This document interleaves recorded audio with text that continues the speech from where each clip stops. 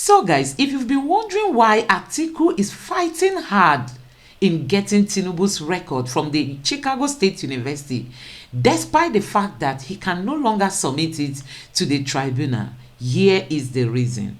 But if the appeal court does not rule in their favor and exonerate him, they will do a cross appeal and say no, that they lied when they presented this.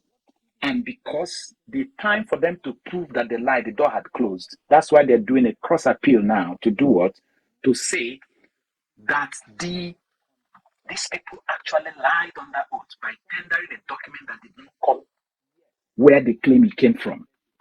My question is, now that the US has told the president that he should give them valid reason on why they shouldn't release his academic records to Atiku Abubakar, assuming he's able to do that, and Atiku Abubakar missed out, from getting this information, how would that affect the ruling? I see that really as a politics of interest now that may happen. It is very plausible that you could have, at this level of this discussion, there's no need talking, we are giving our hope or we're making ourselves feel demoralized. We need to begin to say things the way the eye of the Lord sees it. But what was the initial argument? The initial argument is that it is going to tamper with his privacy. But your lawyers already said that this thing you call privacy, that they have submitted it. So it's public. So I don't know the argument, because what you say you have given to the court as a public document, this person is just trying to say, I want to confirm that it is true, that this is what you gave. Because there is every possibility that they conjured a certain kind of document and say that the university gave it.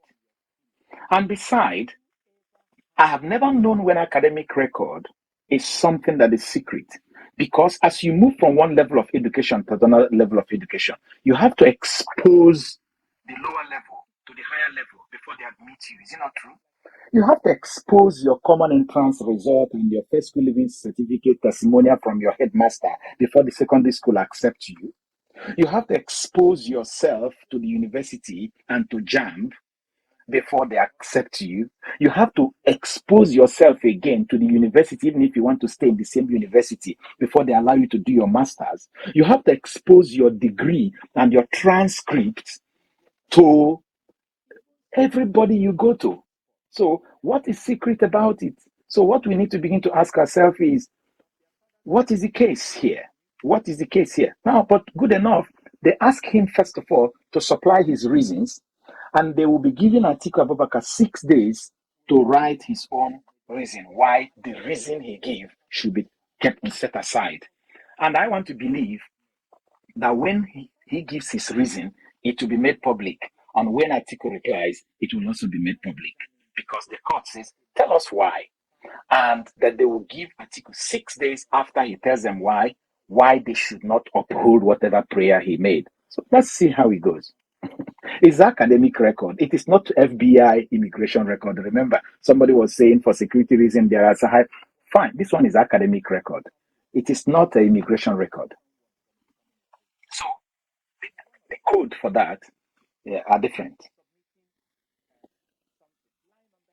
So that's the way I see it. Yeah, but it was discovered that before now, the records or the information he submitted to INEC are different from the one he submitted now. Does it mean INEC didn't notice the difference? It's not the business of INEC. He has succeeded. It's like saying that you are living in Germany or you're living in Spain or living in France or this thing, and you use fake bus tickets to board a tram or to board a train, and or even enter a flight, and it carries you from Spain to Nigeria, and then somebody found out 2 years later, will the airline come and say, oh, that one is gone, the tenor of that one is gone, we're dealing with what is now. Now, what those things can only achieve is to create the doubt in the mind of the petitioner to say, I need to dig deeper. there is something missing here. Do you understand? And it is those doubts, those things. In fact, if they build their case logically, like the case of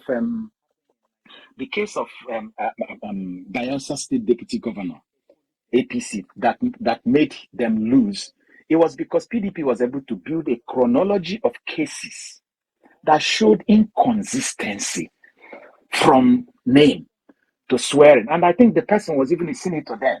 That inconsistency that he had escaped caught up with him, and the Supreme Court upheld it.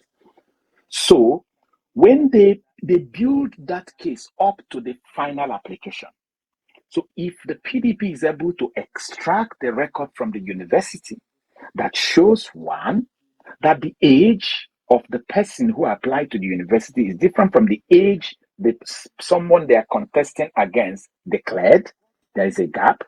And then secondly, that the gender is female and the person they are dealing with is a male. And thirdly, that the middle name A there means a different thing from the middle name A that we are dealing with. They can definitely just say, look, court, we don't need to push this forward. The record has come from the body that issued the document. And this body that issued the document has been able to prove beyond reasonable doubt to us that the person we are dealing with is a different person. We should go and start looking for this person. So everything is not what you know, but how you present what you know to the body that will make a decision over it. Does that make sense? And so what I am checking and asking myself as I sit back and I'm looking at our Evidence Act 2011, which is the latest, and I'm saying, okay, because I've been reading the Supreme Court judgments, and I am seeing how they're interpreting the Evidence Act. And I have now noticed that really PDP might have actually done a very strong job. I said it publicly here that where I think they did a shaky job was on the issue of dual citizenship because of the passport, because it is just what they saw on the internet. The Enahoro that they brought did not get anything from the Guinean High Commission. There is no authority that backed it. So anybody can go. If we say that people can do Oluole certificate, how can we not say that someone who just hates a president went online, went and did Oluole passport and posted it online and people are relying on it? I mean, let's be fair. You understand what I mean? Until an authority that can issue that particular passport say, yes, we issued this passport, even though it has expired, that evidence there is invalid. If I am a judge, I will just toss it by the side.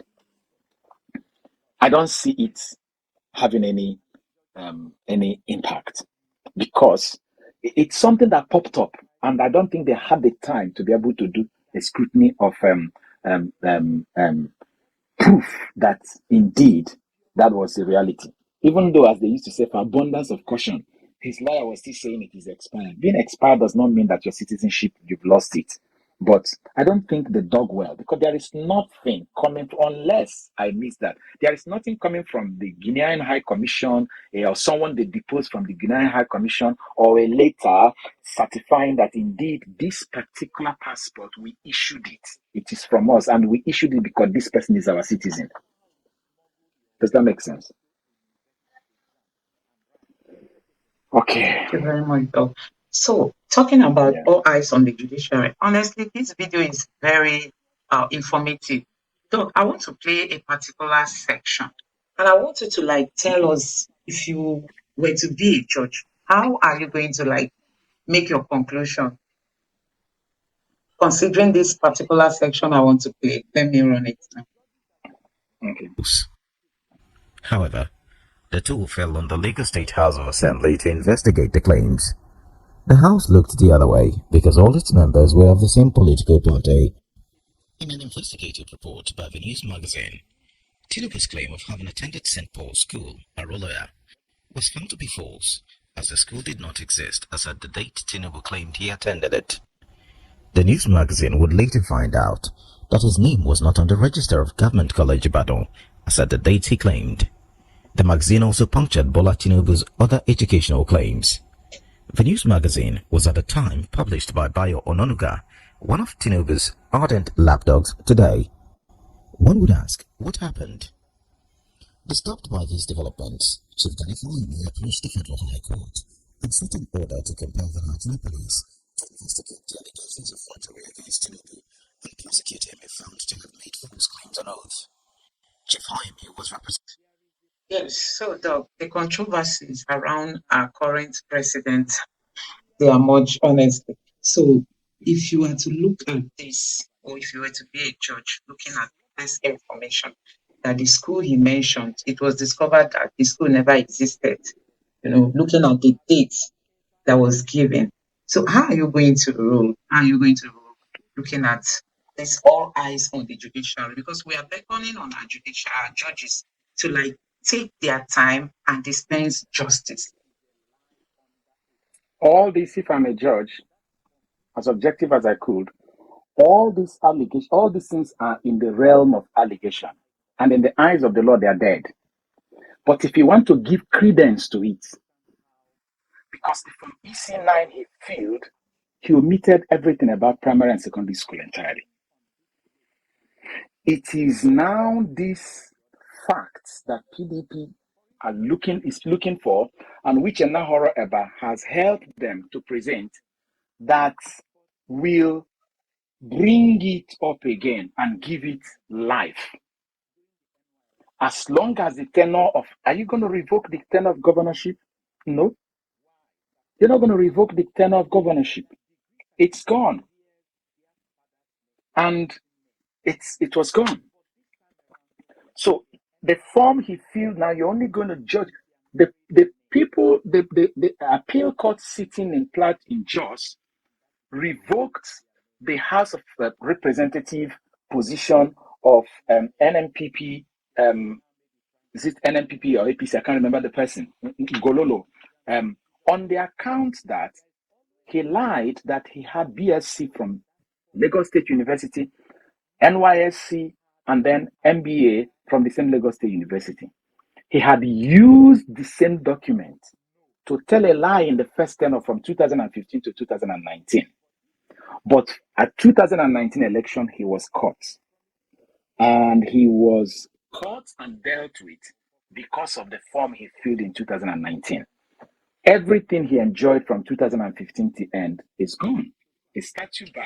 Nobody took it. Nobody can indict him for that. Unfortunately, that is the way the law goes. It is now at the realm of emotion.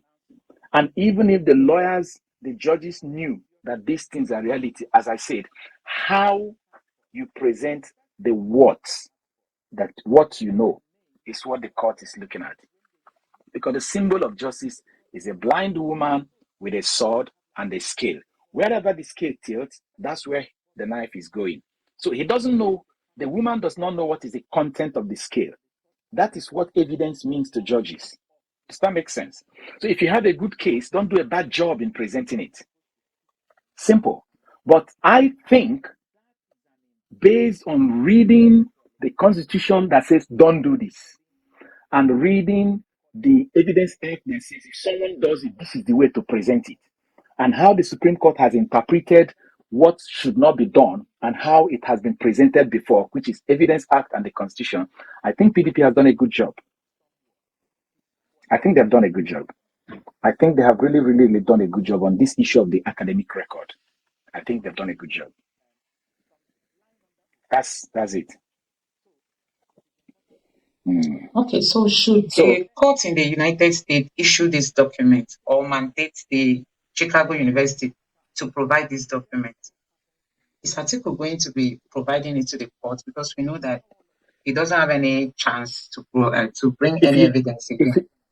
If he gets it, he will keep it. For the legal reasons, he will keep it. Remember, he has access to whatever evidence that this particular party presented as the academic record of their candidate. He knew what they presented. If they give him this, he will keep it.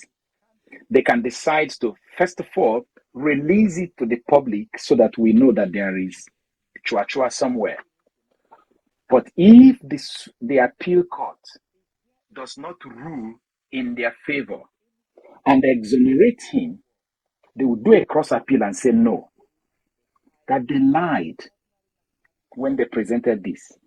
And because the time for them to prove that they lied, the door had closed. That's why they're doing a cross appeal now to do what? To say that these people actually lied under oath by tendering a document that did not come where they claim it came from. So Atiku is already preparing for both what was happening in the appeal court now and what may happen in the Supreme Court. He's preparing ahead of time. So it's not a waste of time at all. It's not a waste of time at all. That's nice. And like you've always said, that directly or indirectly, Atiku is really helping Mr. Peter. I don't know We don't need to debate that one again so much. As you can see, that even let me tell you, the APC, the PDP is praying for an outright cancellation of the whole results of the whole election. Labour Party saying, cancel it, we are ready, or give us our place. So who do you think is working for the other person? Because Labour Party have a clear path to their victory. They saw it, they know it. Even PDP testify of it. PDP testified from their situation room in Plateau State and situation room in Lagos State that Labour Party is coasting home to victory. They know that. That's why you notice that they are not fighting about number. They are fighting about substantial non-compliance. But Labour Party is saying this substantial non-compliance stole our numbers and we know where it is stolen from. Bring it back and we are the winner. But if you don't want to bring it back, you want to abolish the whole thing, we are still fine.